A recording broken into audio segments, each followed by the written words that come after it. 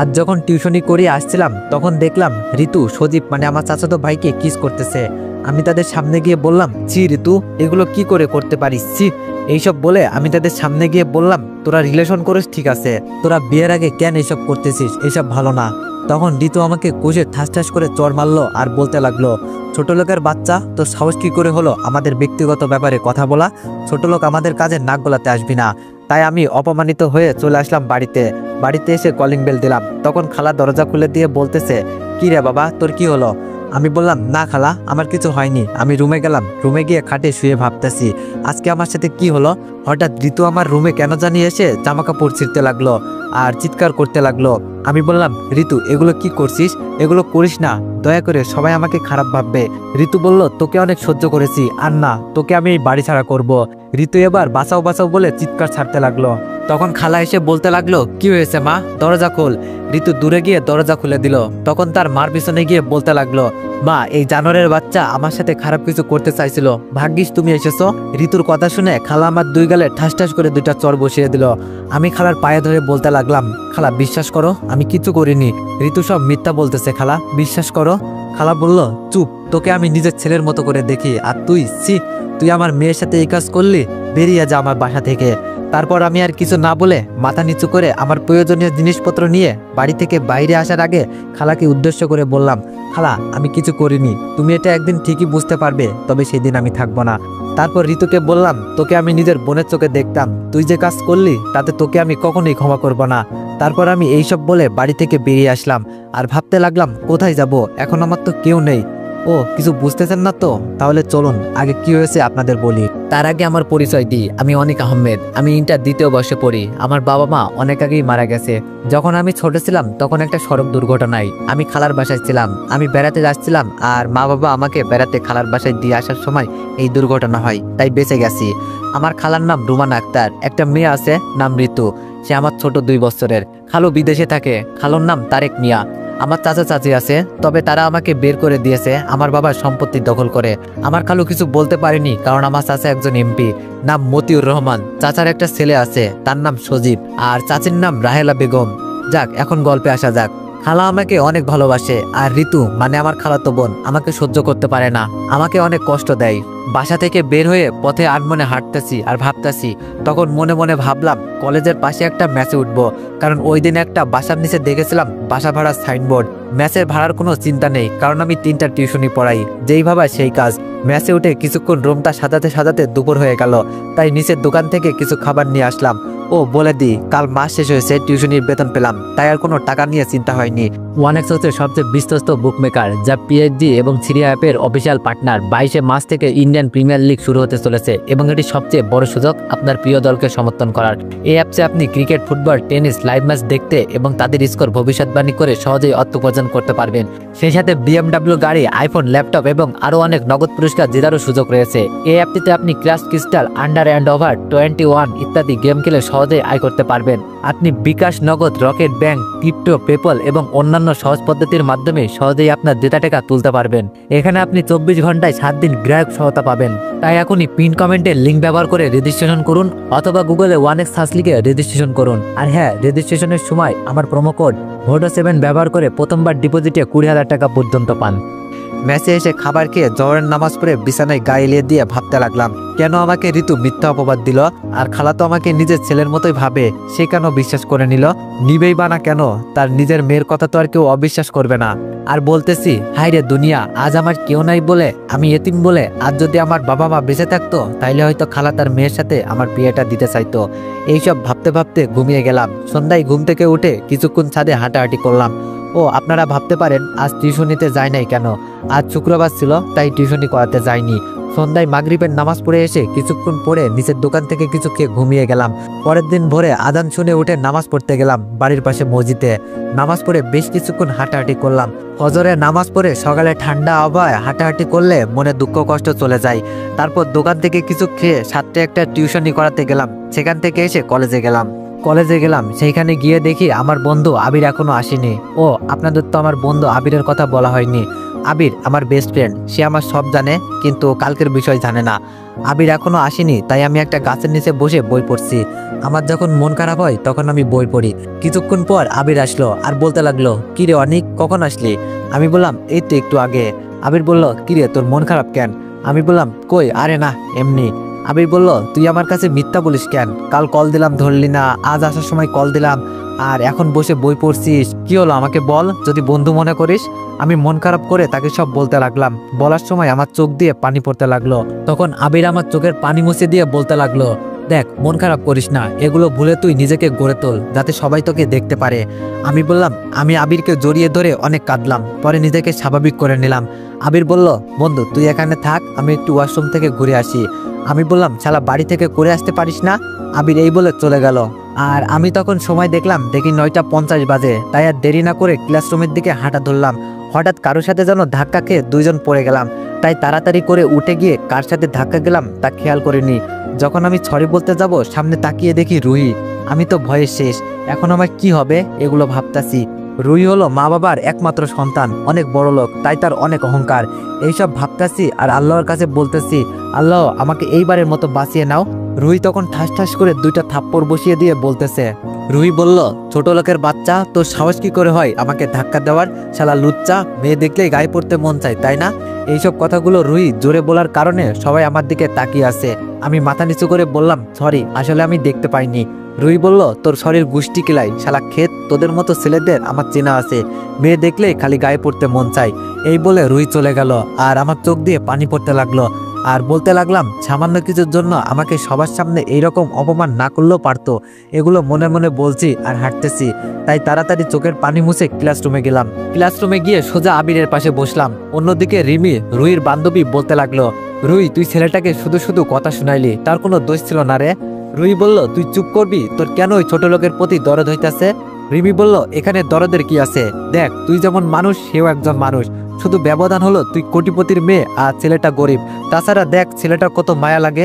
রুহি বলল, দেখ আমাকে জ্ঞান দিতে আসিস না, ছেলেটাকে আমার একদম সহ্য হয় না, কারণ সে গরিব। আর বললি না ছেলেটাকে কত মায়া লাগে, তাহলে তুই গিয়ে প্রেম কর। রিমি বলল, তোকে বোঝাতে আর পারবো না, তো যা ইচ্ছা তাই কর। অন্যদিকে আবির বলল, কিরে তোকে আবার ওই অহংকারী মেয়ে অপমান করলো, তুই যদি ইশারা করে না বলতি তাহলে ওরা যে কি করতাম। আমি বললাম, ছাড় না ভাই, ওরা বড় লোক, ওরা দাতা করতে পারে, এখন বাদ দে, সারাচ্ছে ক্লাস কর। একে একে সব ক্লাস করে বাইর হয়ে আমি আর আবির ক্যান্টিনে গিয়ে খেতে বসলাম। খাওয়া শেষ। আবির বলল, বন্ধু তুই বাইরে গিয়ে দাঁড়া, আমার একটা কল আসছে, কথা বলে বিল দিয়ে আসছি বলে চলে গেল। আমি বললাম, আচ্ছা ঠিক আছে বলে বাইর হয়ে কিছুক্ষণ মাথা নিচু করে হাঁটার পরে যেই না গাছতলার কাছে যাব, তখন কে যেন ল্যাং মেরে দিল। আমি তাল সামলাতে না পেরে নিচে পড়ে গেলাম। সবাই হাসাহাসি করতে লাগলো। আমি লজ্জায় মাথা নিচু করে আছি।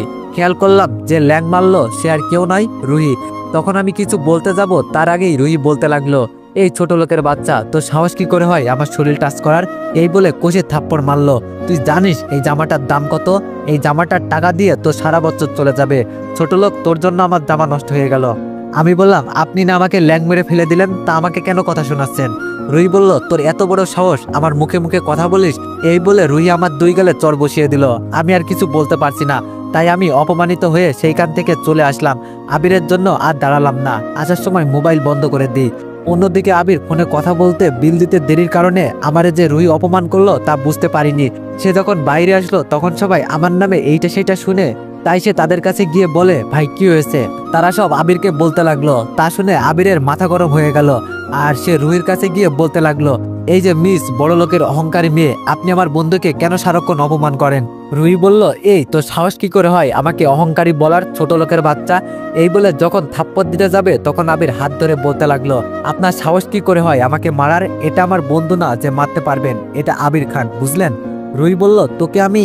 আবির বলল, আরে রাখেন আপনার রাগ, আপনি একজন অহংকারী। আপনারা সবাই শুধু টাকার দিক থেকে বড়, মনের দিক থেকে ছোট। আপনারা শুধু চিনেন টাকা, তাই মানুষকে মানুষ মনে করেন না। জানেন ছেলেটা এতিম, তার কেউ নেই, তারপরেও ছেলেটা কত স্বাভাবিকভাবে হাঁটাচলা করে। সে নিজের পড়াশোনা নিজেই চালায়, তা কখনো খোঁজ নিয়েছেন? এতদিন ধরে তাকে আপনি শুধু অপমান অবহেলা করে যাচ্ছেন। ছেলেটার মনে কত কষ্ট কখনো জানতে চেয়েছিলেন? ও আমি কাকে কি বলছি, আপনাদের কাছে তো সেই মনই নেই যে তাকে বুঝবেন। এই কথা বলে আবির চলে গেল। অন্যদিকে রুহি মাথা নিচু করে সব শুনে চোখের পানি ফেলে বাসায় চলে গেল। অপর দিকে আমি কলেজ থেকে ম্যাচে ফিরে কতক্ষণ আজকে ও কালকের বিষয় সব ভাবতে লাগলাম। কেন আমার সাথে এমন হয়? আমাকে কেন সবাই অবহেলা অপমান করে? মাঝে মাঝে মনে হয় নিজেকে শেষ করে দিই, তাতে যদি সবাই শান্তি পায়। যদি আত্মহত্যা মহাপাপ না হতো হয়তো তাহলে আরো আগে নিজেকে শেষ করে দিতাম। আবারও ভাবতে লাগলাম, আল্লাহ যা করেন ভালোর জন্যই করেন, হয়তো আজকে দুঃখটা একদিন খুশিতে পরিণত হবে। এইসব ভাবছি তখন কানে শুনলাম জোহরের আজান। তাই আর দেরি না করে গোসল করে নামাজ পড়ে হোটেল থেকে কিছু খেয়ে নিই। মোবাইলটা হাতে নিয়ে খুলতে যাব কিন্তু খুলিনি।